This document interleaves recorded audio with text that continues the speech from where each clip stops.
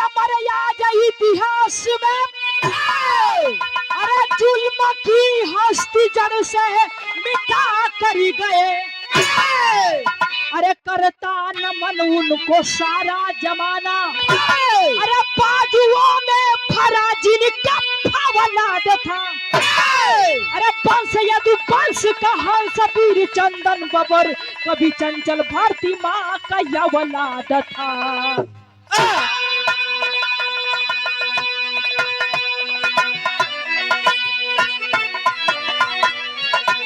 लेकिन बिरहा में एक लाइन अपने देश के प्रति हमारे हिंदुस्तान के जवान कहत बा, का कहे मास्टर?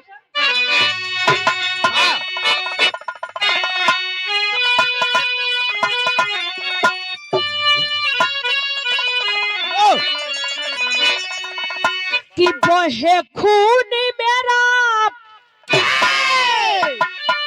बहे खून मेरा, अरे बहे खून मेरा चमन के लिए।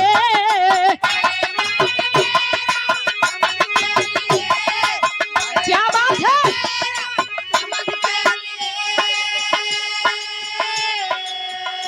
अरे बहे खून मेरा चमन के लिए, अरे मेरी जान जाए वतन के लिए।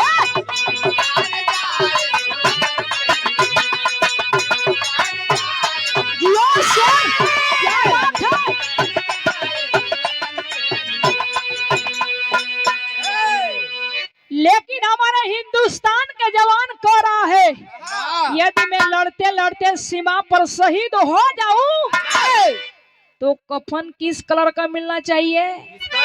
कह रहा है क्या? गुड्डू या तो सराय रसूलपुर शहादत मिले।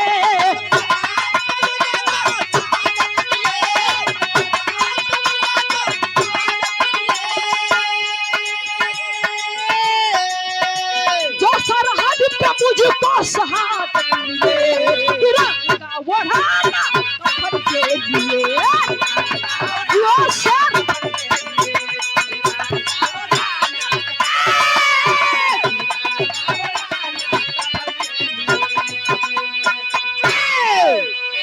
लेकिन है भैया, हमारा कहानी का शुरुआत हो गई। ये कहानी कहाँ का बा? आशा न बल्कि पूरा विश्वास बा कि कहानी एकदम साफ साफ शीशा के नियर झलक जाई। लेकिन जवारी शायर से कहे के पड़ल कैसे?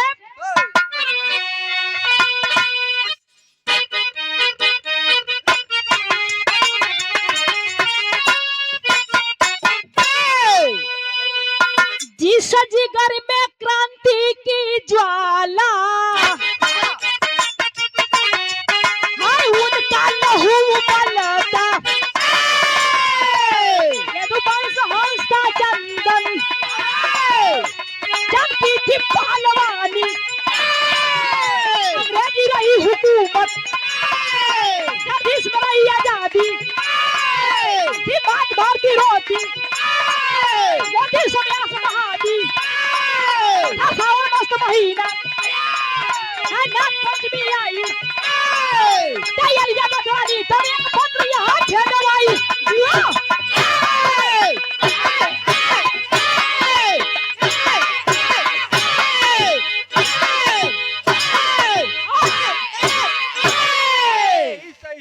एक तो मारत ढोलक फोड़ देला, वो आज ले छवायल ना।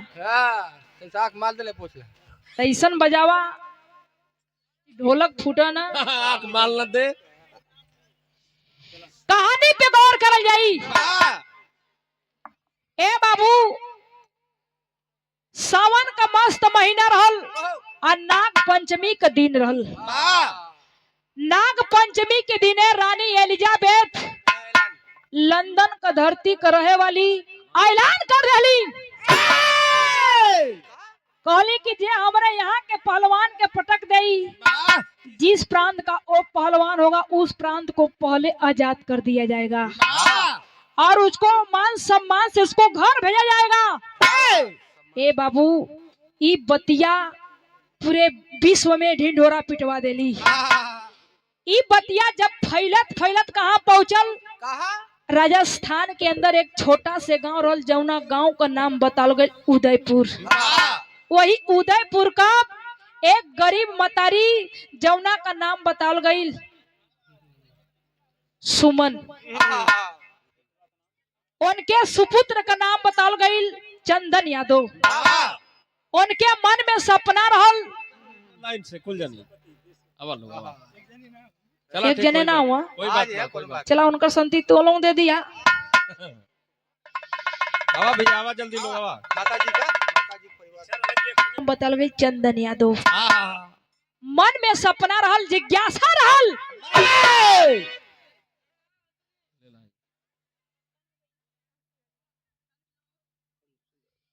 ई अंशु बहिनी की ओर से के मन में एक सपना रहल कि हम पहलवानी करब। और रात दिन चंदन पहलवान लगना कुश्ती करे लड़े। ए बाबू लगना रात दिन रियाज मारे। माई अपने बेटवा चंदन के समझावा थी कि ये लाल तू हमार एक कई लाल हुआ, हमारे बुढ़ौती का सहारा हुआ। एक काम करा कि तू कौनो छोट मोट नौकरी कैला, लेकिन तू पहलवानी मत करा। बल्कि ढोलकिया बजा ले बेटा। लेकिन अरे लाल बजी बजी यही से आज हंसा तुम। लड़का टाइट है। चल ठीक आओ। ए बाबू आइए। चंदन पहलवान अपने माई से कहत हुन कि हे माई देख तू हमके मना मत कर, हम अपने देश के कैसहू बचावल चाहती, अपने देश का नाम रोशन करल चाहती। चंदन पहलवान ए बाबू रात दिन मेहनत करत हो, लेकिन भैल का मास्टर बिरहा में गीत लग गई।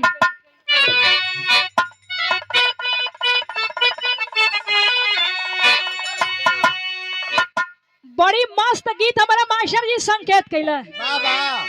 गीत कौन बा मास्टर? कि यंग यंग टूटे मोरा, कोनो दुल्हन का दर्द हो, वाह वाह विपत हो विपत। बिरह में तड़पतिया कहतिया का अरे यंग यंग टूटे मोरा, अरे दर्द बदन में कहिया ले आई बासैया, कहिया ले आई बारजऊ लौट के फागुना पे। अरे कुश्ती रखाइल बाटे, अरे कुश्ती रखाइल बाटे लंदन दरमियानवा में। कितना जोर देखा, कितना जोर देखा हिंद के पहलवानवा में। बहुत अच्छे।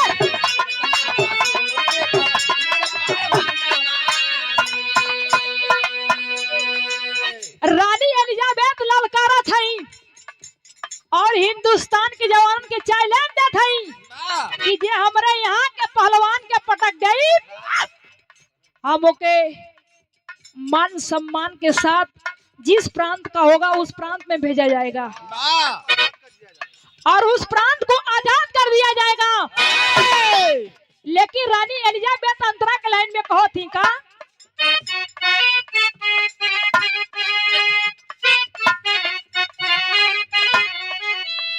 अरे कुश्ती जमारिया के लंदन दरमियान हो, उहे प्रांत पहले होई आजाद श्रीमान हो।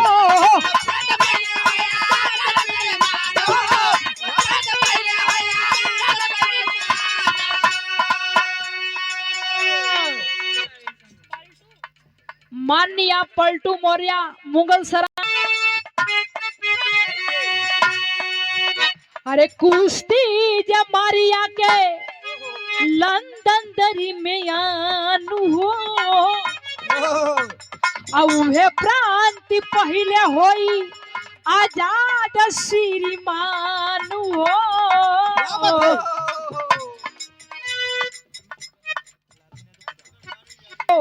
फुटा के धरती से अरे कई के समान भेजब,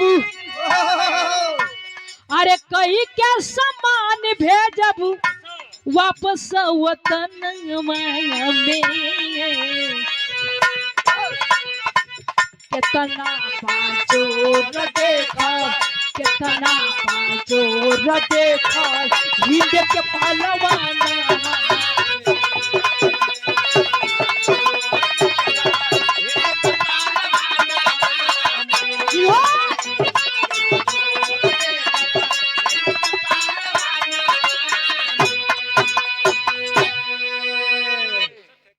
ए बाबू, रानी एलिजाबेथ कहलन कि हम हिंदुस्तान के पहलवान के देख ले कि वो कितना पानी में बा। ए बाबू, जब इतना बतिया रानी एलिजाबेथ कहलन तो भइल कमाइशर बिरहा में गीत लग गई। वाह वाह वाह। कौन गीत बा?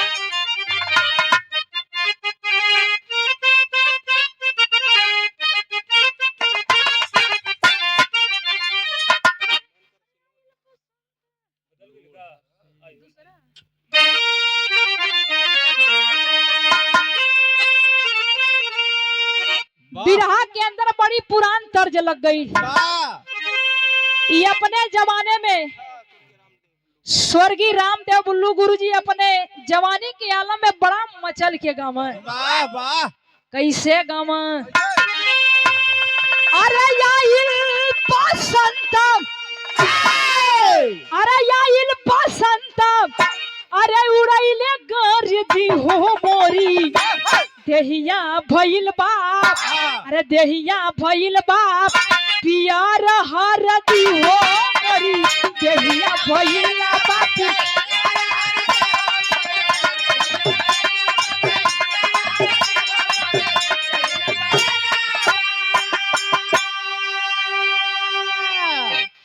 ई त गीत रहल आप लोग के मनोरंजन खातिर, लेकिन कवि जी भाव में लिखा थवन यार चंदन पहलवान तैयारी बना लेला, कुश्ती के स्वीकार कैले हवन, माई से आशीर्वाद लेत हवन। ए बाबू, उनके लेकिन साथ में के जात हो बताओ गइल कैसे? अरे चैलेंज कैला विराम, अरे चैलेंज कैला शिवम, कारा चंदन हो जाई लंदन हो गईला ताई, यार चंदन हो जाई लंदन हो गईला ताई।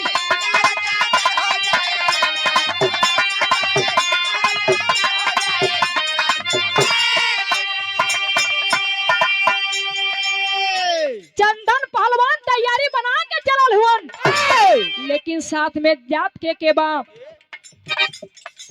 साथ अम्बेडकर बाबा नेहरू और गांधी।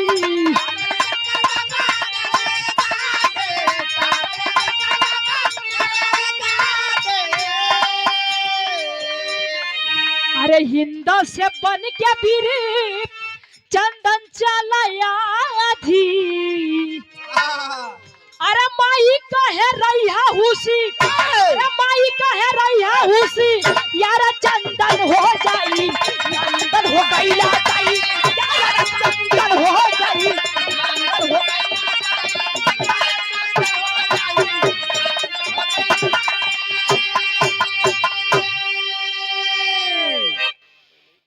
ए बाबू, चंदन पहलवान के साथ में के जात बा? Pandit Jawaharlal Nehru ji, Mahatma Gandhi ji, doctor B.R. अम्बेडकर जी साथ में चलल हुए ने बाबू। जब पहुंचलन कहा? लंदन के धरती पर, जहाँ कुश्ती रखाइल बा। जब वहां पहुंचल तो भइल का मास्टर बिरहा में गीत बदल गई।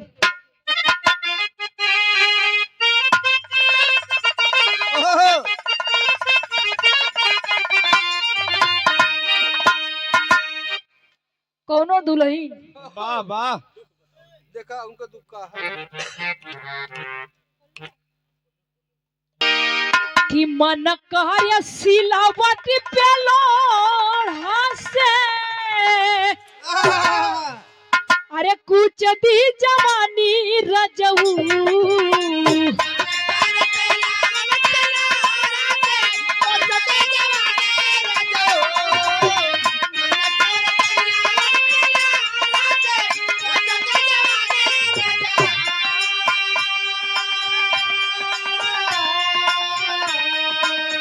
मन करे सिलावट पे लोढ़ा से कुछ दी जवानी रजऊ पवना सवट संगे काट तारू चानी लगा के मच्छर दानी रजऊ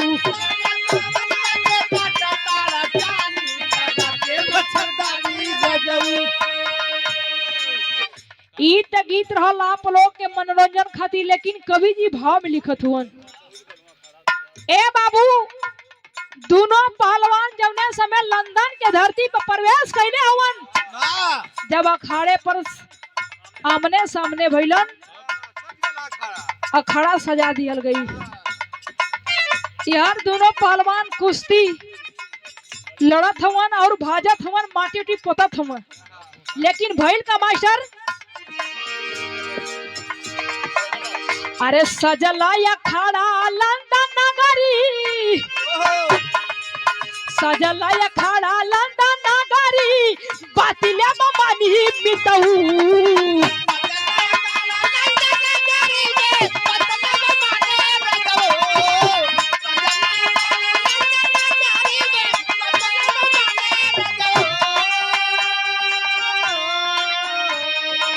सजला अखाड़ा लंदन नगरी, बातिले मजानी मितऊ।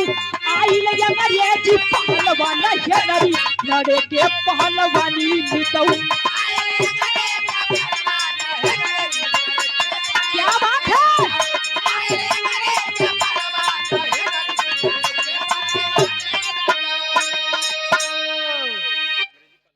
ए बाबू, अंग्रेजी पहलवान का नाम का रहल हेनरी,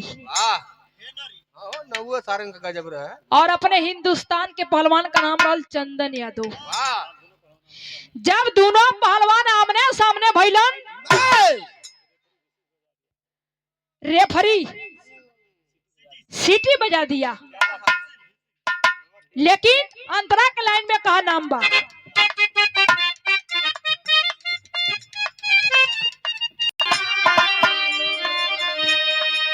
अरे अखाड़े पे चाटे लगन माती का बाप, अरे अंग्रेजी गुलामी मितऊ। वीरा चंदन बचाई लिया भारत का लंदन में पानी मितऊ।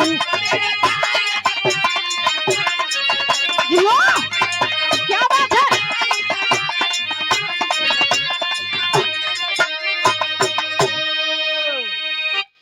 ए बाबू, सीटी बज गई।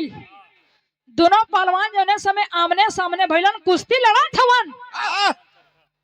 यार हेनरी पहलवान चरखा दाव लगाए के सोचला कि उठाए के पटक दे, तब ले हमारे हिंदुस्तान के जवान चंदन यादव घूम के धोबिया पाट उठाए के बाबू उनके करेजा पे चढ़ गइलन, गड़गड़ाई के ताली बजे लगल। हेनरी पहलवान पटकाई गइले, लगना ही अखाड़े में धूल फाके। ये भैया उठी न पावत हुआ, यार जनता का लोग उनके लोग उठावत हुआ। लेकिन ए बाबू, लंदन की धरती का रहने वाली रानी एलिजाबेथ कलिन की शाबाश बेटा शाबाश, तुम बहुत ही अच्छा पहलवान हो। ऊपरे मन से, मन में तो कष्ट बा कि एक हिंदुस्तानी पहलवान आकर के हमारे पहलवान को पटक दिया, हमको बेइज्जत कर दिया। लेकिन चंदन पहलवान के मन में खुशी का ठिकाना ना बा। ए बाबू, यार चंदन पहलवान का जयजयकार हो खदवा। लेकिन रानी एलिजाबेथ चंदन पहलवान से कहली कि बेटा एक शर्त मेरा और है। चंदन पहलवान कहलन कि तू एक शर्त ना बल्कि तू कई शर्त रखबू, तब हम वो शर्त के स्वीकार कैले। लेकिन टेरी का भाव लगल कैसे?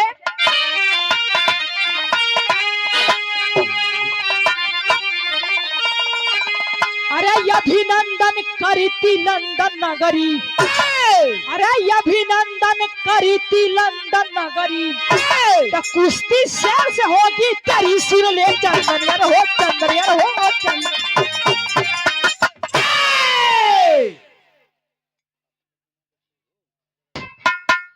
कली की है चंदन पहलवान, हमारी एक शर्त यार बा। कली की तू शर्त एक ना बल्कि तू 1000 गो रखा, हम तैयार हिला। रानी एलिजाबेथ कली की दूसरा शर्त हमारी है कि तुहार कुश्ती अब शेर से हुई। चंदन पहलवान कहलन कि हमके इहो शर्त मंजूर बा, हम देश के खातिर कुछहू करे बदे तैयार हिला। लेकिन भइल का हमारा पापट में कभी जी भाव लिखत होन कैसे?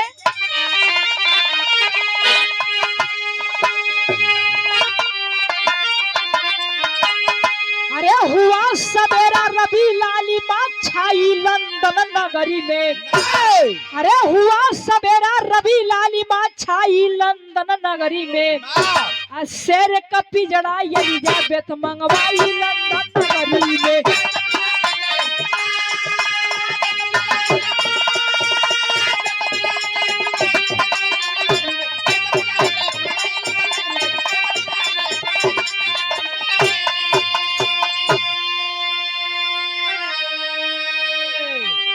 खुलल शेर का पिजड़ा तबू चलला शेर दहाड़ी हो।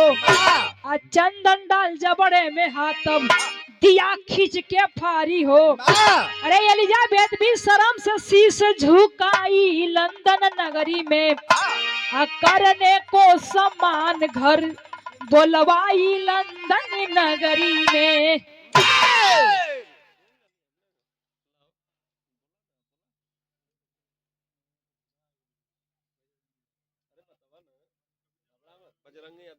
माननीय बजरंगी यादव, रानी एलिजाबेथ सुबह भइल अखाड़े पर रानी एलिजाबेथ एक शेर का पिजड़ा मंगौली। माननीय संतोष सोनकर मजदहा के धरती से 50 रुपए दे करके सम्मान किए। बहुत बहुत प्रणाम बा, सभियन के नमस्कार पर लगी बा। देखबा ए बाबू, रानी एलिजाबेथ जब सुबह भइल अखाड़े पर एक शेर का पिजड़ा मंगौली। वही में शेर बा। जब शेर का पिजड़ा का मुंह खोल दियल गईल, शेर जौने समय दहाड़ के चलल बा हो बाबू। यहर चंदन पहलवान शेर के जबड़ा में हाथ डाल के करकराई के फाड़ देला। शेर मारी गयल। ओहो ये चंदन पहलवान का जय जयकार होखे लगल, ताली लगल बजे बाबू। यार रानी एलिजाबेथ के मन में दुख बा, तकलीफ बा, फिर भी कहती ऊपरे मन से कि तुम शाबाश बेटा शाबाश, तुम बहुत अच्छा पहलवान हो। हे बाबू, रानी एलिजाबेथ कहली कि देखा जवन सम्मान हम यहाँ करत ही करता है, लेकिन तुहार बढ़िया से सम्मान हम अपने बंगला पे करब। चंदन पहलवान कहला कि हमके इहो मंजूर है। लेकिन भइल का मास्टर आल्हा में कभी जी भाव लिखत होन कैसे?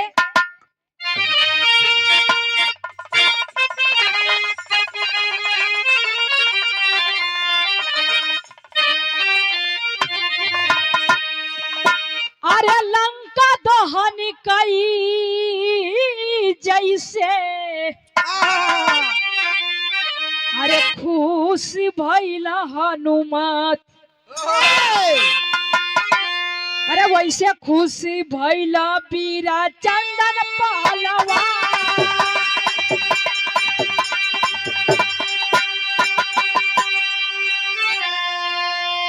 अरे एलिजाबेथ के बंगला पे पहुंचे जवाना।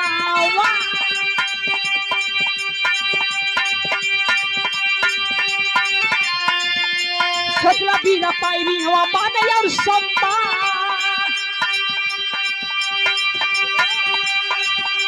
धोखेबाज रास्ता में धोखावा कमाईली।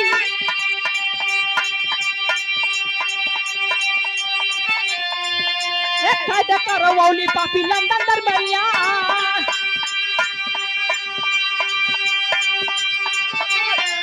अरे भलवा से बारी बारी चमन के बुआ वाले। सुन के गम में यसिया बहा दे हिंदुस्तान।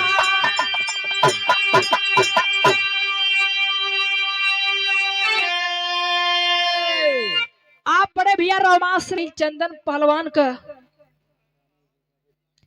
यानी कि विजय हासिल कैले हो। वाह वाह यह रानी एलिजाबेथ अपने बंगला पे बोलौली। वाह चंदन पहलवान के साथ में पंडित जवाहरलाल नेहरू जी, महात्मा गांधी जी, डॉक्टर बी.आर. अम्बेडकर जी साथ में चलल हुवन। वाह रानी एलिजाबेथ के बंगला पे पहुंच गए। रानी एलिजाबेथ कहली कि तुम सिर्फ अकेले आओगे बंगला के अंदर।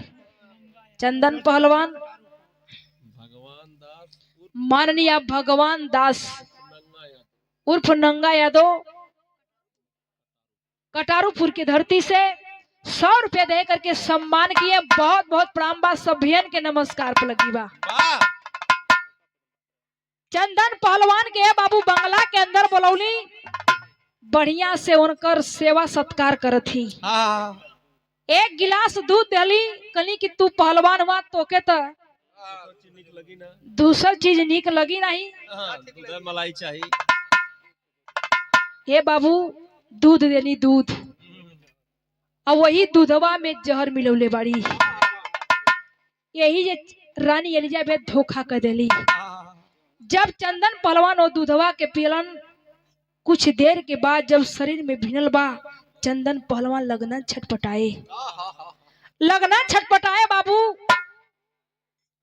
तब ले चंदन पहलवान जना थे कि उनकर प्राण चल जाई। आखिरी सांस चलत बा, आखिरी सांस चलत बा हो बाबू। रानी एलिजाबेथ कहली कि तुम्हारी आखिरी इच्छा क्या है? चंदन पहलवान कहलन कि हमारा आखिरी इच्छा यह कि एक बार बाबा भीमराव अंबेडकर जी का तनी से दर्शन करा दा, उनसे हम मुलाकात करल चाहती। हे बाबू रानी एलिजाबेथ बाबा साहब के बुलौली और चंदन पहलवान बाबा साहब से रोए के एगो बात कहलन। का कहलन?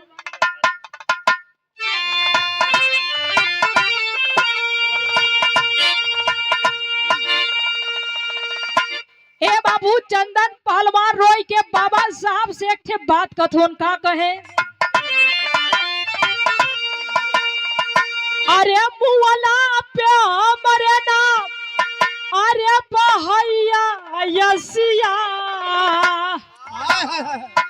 अरे मुअला पे हमरे नाम, अरे बहैया यसिया, लेके जइहा बाबा साहब हो वतन में लसिया।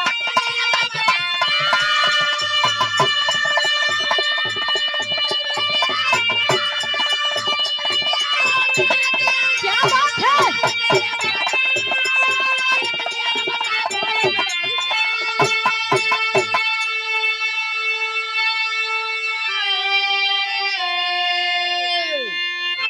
हे बाबू रो रो करके चंदन पहलवान बाबा साहब से कहत हुन कि बाबा साहब हमके मरला का गम नहीं बा, गम ए बात का बा कि हम मर जाई, हमार मिट्टी हमारे हिंदुस्तान में पठवा दिया। आ एक बार हमार चेहरवा हमरे माई के दिखा दिया। हमार माई तो मना करत रही, लेकिन हम माई के बात ना मल्ली। देश के लिए मरना, देश के लिए जियना, यही हमारे मन में एक विचार रहल।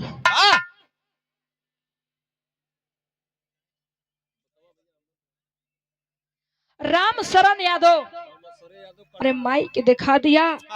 इतना बतिया कहते कहलन चंदन तबले ए दुनिया के छोड़ के चल बसलन। लेकिन बाबा साहब कैलन का? बाबा साहब चंदन की लाश को लेके भारत में आए। सुन के सारे हिंद निवासी नैनन से नीर बहाए। अरे वीर का पहलवानी बनली, अरे करे का फसिया, लेके जइहा बाबा साहब हो वतन में लसिया।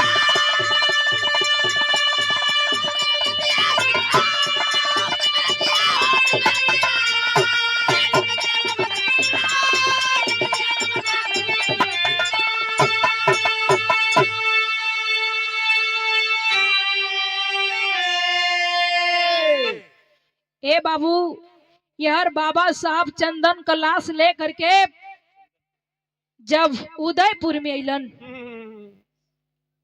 गांव के लोग जुटल बड़न। माई देखत थी कि अरे केकर लाश बा, केकर जनाजा बा। माई जान ना पावत थी कि हमरे बेटवा चंदन का लाश बा।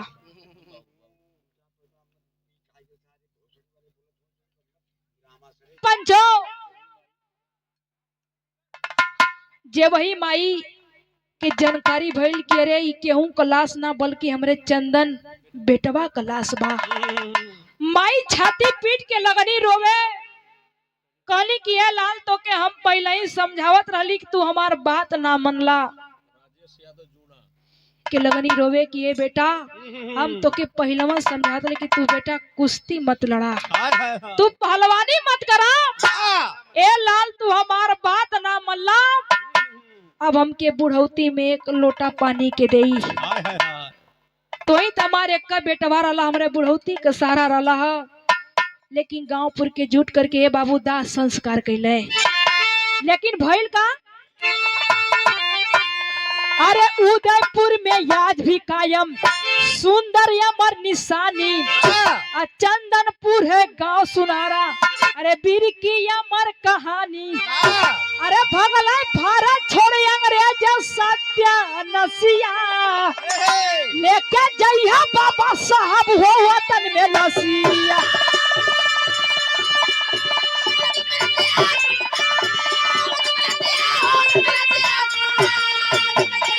क्या बात है?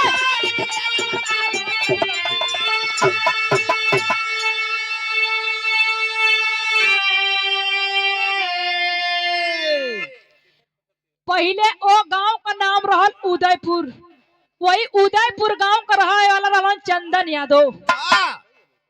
हेलो,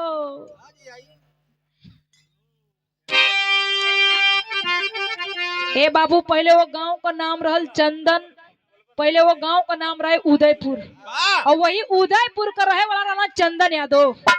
जब चंदन यादव इस देश के लिए शहीद हो गईलन, वो गांव का नाम उदयपुर से बदल के चंदनपुर राम रखा गई। आखिरी लाइन में गुरु घराने के परिचय बा कैसे। गुरु बिहारी, गुरु गणेश, गुरु राम लाल मोरबा का, चांद चंद्रिका प्यारे लाल बच्चन का विजय पताका हो।